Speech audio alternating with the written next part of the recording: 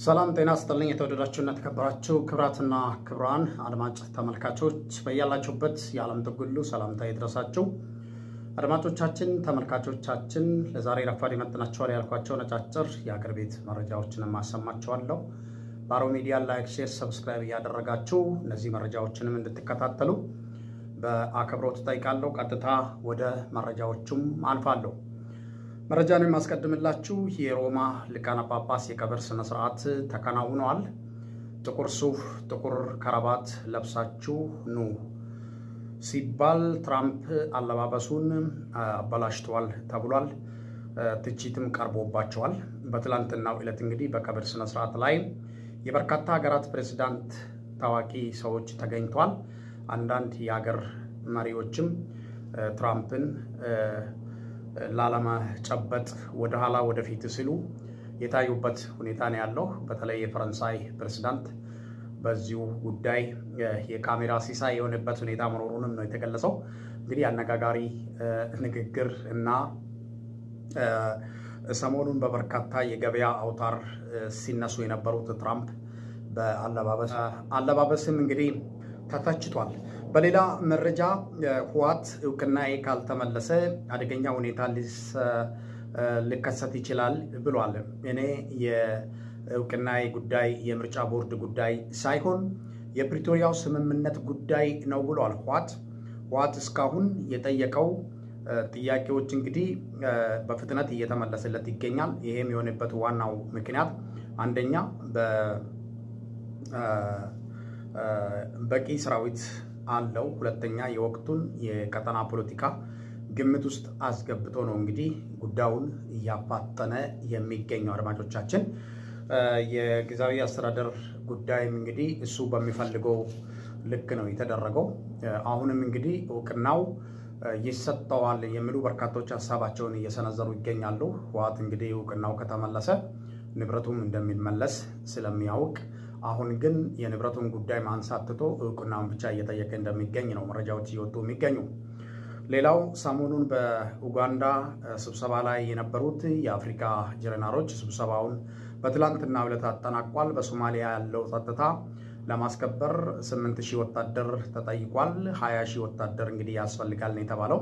ይሄንን ያስከተለው እንግዲህ አልሸባብ ባለፈው ጊዜ በርካታ የሶማሊያ አካባቢ ከተሞችን መቆጣጠሩን ተከትሎ ነው ስጋት የጫረው። ሌላው በጅቡቲ የመኖሪያ ፍቃድ ያሌላቸው ኢትዮጵያኖች ምዝገባ ተጀምሯል። 4 ጉርድ ፎቶግራፍ የሀገር ቤት መታወቂያ ወይም ፓስፖርት ይዛችሁ ተመዝገቡ ብሏል በጅቡቲ የሚገኘው የኢትዮጵያ ኤምባሲ። አድማጮቻችን ተመልካቾቻችን እንግዲህ ባለፈው ጊዜ የግብጽ ፕሬዝዳንት አብዱልፈታህ አልሲሲ ወደ ጅቡቲ አቅንተው ነበር። በዛን ወቅት እንግዲህ ምናልባት ኢትዮጵያና ኤርትራ ወደ ጦርነት ውስጥ የሚገቡ ከሆነ ጅቡቲ የቀይ ባህር በር ኢትዮጵያ መሳሪያዎችን እንዳታስገባ የመዝጋት ስራዎች እንድትሰራ የሚል የማግባቢያ ጉዳዮች ተነስቷል የሚሉ በርካቶች በሶሻል ሚዲያ እያራገቡት ይገኛሉ። ጅቡቲ ከኢትዮጵያ ጋር ዲፕሎማሲ የላትም ወይ? አንድ ሀገር ምንም እንኳን ወደብ ቢኖራትም ባዶ ወደብ ይዛ ከምትቀመጥ ሌሎች ሀገሮች በዛ ወደብ ሲገለገሉ ያቺ ሀገር የገቢ ምንጭ አስገብታለች ማለት ነው። ስለዚህ ጅቡቲ ከኢትዮጵያ የምትፈልገው ነገር አለ፣ ለኢትዮጵያም የምትሰጠው ነገር አለ። ስለዚህ ይሄ እንደ ዲፕሎማሲ እንዴት አልተቆጠረም? እነዚህ መረጃዎች ከየት ወጡ የሚል ይዘት ነው እንግዲህ እኔ በራሴ በኩል የሰማኋቸው መረጃዎችን ያጣጣልኩበት ሁኔታ ነው ያለው። ኢትዮጵያና ጅቡቲ በተወሰነ መልክ ዲፕሎማሲ ሊኖራቸው ይችላል። ቀላል ዲፕሎማሲ ነው ብዬም አልገምትም። ኢትዮጵያ አሁን የኢትዮጵያ አይን ተብሎ እንግዲህ የሚገመተው ጥሩ ነገርም ገባ ወደ ኢትዮጵያ፣ መጥፎ ነገርም ገባ በዚሁ በጅቡቲ ወደብ ነው። ኢትዮጵያ መሳሪያ ማስገባች፣ የምግብ ዘይትን ማስገባች በዚሁ በጅቡቲ ወደብ ነው እንግዲህ እየገባ ያለው። በሌላ በኩል በካርጎ በአውሮፕላን ከሆነ በስተቀር በሌላ አማራጭ አለ ብለን አናስብም። ስለዚህ ዲፕሎማሲውን እንዴት አድርጎ ነው በዚህ ልክ አንዳንድ ሰዎች ሐሳባቸውን የሚሰጡት? ከዚህ በተጨማሪ እንግዲህ የመኖሪያ ፍቃድ ያሌላቸው ኢትዮጵያኖች በምን መልክ ሊባረሩ እንደቻሉ ግልጽ የሆነ ነገር የለም። ለዘመናት በጅቡቲ ውስጥ የቆዩ ናቸው። እንዴት ሊባረሩ እንደቻሉ የተገለጸ ነገር የለም። ግን በራሳቸው ፍላጎት አካባቢውን ለቆ እንዲወጡ እየተጠየቀ እንደሚገኝ ነው መረጃዎች እየወጡ የሚገኙት። ይህንንም እንግዲህ ተከታትለን እውነተኛውና ምክንያት ነው የተባለውንም ነገር ከደረስንበት ለአድማጭ ተመልካቾች በቂ መረጃ ይዘን እንመጣለን። በሌላ መረጃ ሰሞኑን ብልጽግና ስብሰባ አድርጓል። ኢትዮጵያ በአራቱም ማዕዘን እንግዲህ የዲፕሎማሲ ኪሳራ ውስጥ ያስገባት ብልጽግና ስኬት ላይ ነኝ ይላል። ሀገሪቱ በጦርነት ውስጥ ትገኛለች። አማራ ክልል፣ ኦሮሚያ ክልል፣ ትግራይ የጦርነት ዝግጅት ላይ ነች። ቀደም ሲል እንግዲህ የኢኮኖሚ እድገትን ኬንያ ተረክባለች። በርካታ ባለሀብቶች ከኢትዮጵያ ለቆ ወደ ኬንያ ድርጅታቸውንም ያዘዋወሩበት ሁኔታ መኖሩ ይታወቃል። ይሄ የሚሆንበት ዋናው ትልቁ ምክንያት በጸጥታ ችግር እንደሆነ የተገለጸው እንግዲህ ፋብሪካዎች ጥሬ ዕቃዎቻቸውን ከቦታ ወደ ቦታ ማጓጓዝ አልቻሉም ነበር። በዚህ ምክንያት እንግዲህ ለቆ የሄዱት በርካታ የውጭ ድርጅቶችም እንዳሉ ቀደም ሲል ከአንድ ዓመት በፊት ከሁለት ዓመት በፊት ይሄ እንቅስቃሴ እንደተጀመረ የተገለጸው አሁን የኢትዮጵያን በርካታ የኢኮኖሚ ገጽታ ወደ ጅቡቲ ወደ ኬንያ ወደ ኬንያ ይዞርበትና ወደ ኡጋንዳም ጉዞ እያደረጉ እንደሚገኙ የተገለጸበት ሁኔታ ነው ያለው። ሌላው ጸጥታ አስመልክተው እንግዲህ ብሎ ነው እንግዲህ በሰውም በሳተላይትም ጸጥታን በተመለከተ በሰውም በሳተላይትም ሲከታተሉ የነበሩት አሜሪካኖቹ ለዜጎቻቸው ማስጠንቀቂያ የሰጡበት ሁኔታ ነው ያለው። ምናልባት ኢትዮጵያ ውስጥ ያለው የአሜሪካ ኤምባሲ ብቻ ሳይሆን ኢትዮጵያ ውስጥ ያለውን ጉዳይ ቀደም ሲልም በሳተላይት ሲቆጣጠሩ ነበር አሜሪካኖቹ። አሁንም ኦሮሚያ ክልል ውስጥ ለአዲስ አበባ በቅርብ ርቀት አማራ ክልል ውስጥ እንደዚሁ ሌሎች ስጋቶችም በትክክል እየተረዱ እየተገነዘቡ ስለሚመጡ እንዲህ አይነት ማስጠንቀቂያዎች ደግሞ ለኢትዮጵያ መንግስት የራስ ምታት ሆኗል። የፌደራል ፖሊስም ትላንትና ያወጣው መግለጫ አንዱ ይሄ ነው። አሜሪካኖች እንግዲህ ትክክለኛውና እውነተኛ መሬት ላይ ያለውን ሀቅ አስቀምጧል። ዜጎቻቸው ዛሬ ወደ ደቡብ ቢሄዱ በሰላም የሚመጡበት ሁኔታ ሊኖር አይችልም። ወደ ሰሜንም ቢሄዱ መዝናኛ ቦታዎች ላይ ወይም ደግሞ የቱሪስቶች መዳረሻ ተብሎ የተቀመጡ አካባቢዎች አንዱ አማራ ክልል ነው በብዛት ያለው። ሌላ ወደ ደቡብ አካባቢ ነው። ደቡብ አካባቢም ያለው ኦሮሚያን አቋርጠው ነው የሚሄደው። እነዚህ ችግሮች ተዳምሮ እንግዲህ አሜሪካ ትክክለኛ መሬት ላይ ያለውን እውነታ ነው እንግዲህ ለዜጎቿ ማስጠንቀቂያ እየሰጠችው። ሌላ በኢትዮጵያ በአማራ ክልልና በኦሮሚያ ክልል ወታደራዊ አፈሳ ተጠናክረው ቀጥሏል። በደቡብ ጎንደር፣ በደብረ ታቦር የቀን ሰራተኞች ሁሉ እየታፈሱ እንደሚገኙ ተገልጿል። በኦሮሚያ እንግዲህ ኮፈሌ አሳሳ ወጣቶች ታፍሷል። ካምፕም ሰብሮ የወጡበት ሁኔታ ነው ያለው። አሳሳ ከተማ በሚሊሻ ቶክስ ከተማዋ ተናውጣለች። ካምፕ ሰብሮ ወጡ የተሰበሰቡት ወጣቶች ተብሎ ነው እንግዲህ።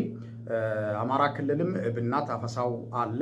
ወልዲያ፣ ደሴና ቆቦ፣ ሸዋሮቢትና ደብረ ብርሃን እንዲሁም ጋሳዬ ደቡብ ጎንደር ከተማም እንግዲህ አፈሳዎች እየተደረጉ እንደሚገኙ መረጃዎች ይወጡ ይገኛሉ። አድማጮቻችን፣ ተመልካቾቻችን ባለፈው ጊዜ ማሰልጠኛ ውስጥ ያሉ ወታደሮች መውጣታቸውን ተከትሎ አሁን ደግሞ ዳግም ወደ ማሰልጠኛው ባዶ እንዳይሆን አፍሶ እያስገቡ ይገኛሉ።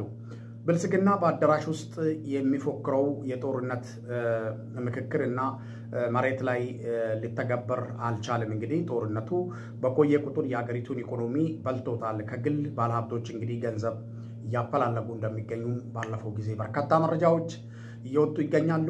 የቤት የሚሰሩት ማህበር ድረስ ጥየቃ ሄዱበት ሁኔታ ነው ያለው። በተለያዩ ቦታዎች ላይ እንግዲህ አዳራሽ ላይ ሰው ሰብስበው ካቢኔዎቻቸውንም ሰብስቦ ፉከራውን አጣጥፏል። ነገር ግን መሬት ላይ ምንም አይነት ነገር ሊለውጡ አልቻሉም። እያንዳንዱ ብልጽግና የሚያደርጋቸው ኦፕሬሽኖች በቀጠሮ ብቻ የቀሩበት ሁኔታ ነው ያለው። እስካሁን ድረስ እንግዲህ አማራ ክልል ላይ የገባው ሰራዊት አልወጣም። ተጨማሪ ኃይል ነው አሁንም እየገባ ያለው። በአፋር በኩል ወደ አማራ ክልል ወሎ አካባቢ ላይ ከፍተኛ ቁጥር እየገባ እንደሚገኝ መረጃ ወጥቷል ዛሬ። በሌላ መረጃ እንግዲህ ባለፈው በመራቢቴ ወረዳ በህዝብ ተሽከርካሪ ላይ የመንግስት ወታደሮች በእሩምታ ንጹሃን መግደላቸውን የአማራ ማህበር በአሜሪካ ሪፖርት አድርጓል። መረጃው ደርሶኛልም ብሏል። በዚህ ግድያ ውስጥ እንግዲህ የሆስፒታል ዶክተሮችም ይገኙበታል ምን ያለው። በአማራ ክልል መንግስት እንግዲህ በተለይ በወሎ ቀጠና በርካታ ወታደር በአፋር መስመር እያስገባ እንደሚገኝ መረጃ ወጥቷል። ወታደራዊ ካምፕ ላይም አሁን በአማራ ፋኖ እየደረሰ ያለው ጥቃት በርካታ ጉዳት አስተናግዷል። የደፈጣ ጥቃትም ቀጥሏል። በማዕከላዊ ጎንደር አርማጮ ከባድ ውጊያ ተደርጎ ነበር። በዚህ ውጊያ ልዩ ጀብድ የፈጸሙት ሁለት ፋኖች ተሸልሟል። አንደኛው ፋኖ አዛዥን የማረከ ነው ተብሏል። አንደኛው ፋኖ ደግሞ በድንጋይ የነፍስ ወከፍ መሳሪያዎችን የማረከ ፋኖ ነው ሽልማት የተሰጣቸው ነው የተባለው። ሌላው በኦሮሚያ ክልል ሆሮ ጉድሩ ወለጋ ቱሉ ጋና ቀበሌ መከላከያ ፋኖ አለ ብለው የጠረጠራቸውን የአካባቢ ነዋሪዎችን ትጥቅ አስፈትቶ ከቦታው በወጣበት የነሽመልስ አብዲሳ ጋሻና ስርና ገብቶ ነበር። ይህ ጋሻና ስርና 3 የአማራ ባለሀብቶችን እጃቸውን ቆርጠዋል። እንግዲህ በህዝብ ዘንድም ቁጣ ተቀስቅሷል። ህዝብም እርምጃ የወሰደበት ሁኔታ መኖሩን የተሰማው።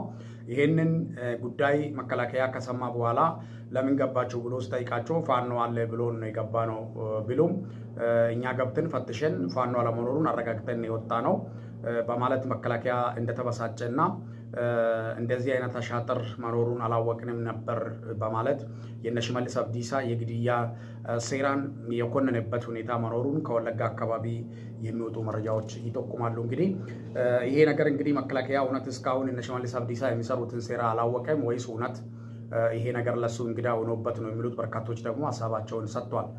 ሌላው ምዕራብ ጎንደር ቋራ ከባድ ውጊያ ተደርጓል። የድሮን አሰሳም እንዳለ ነው የተገለጸው።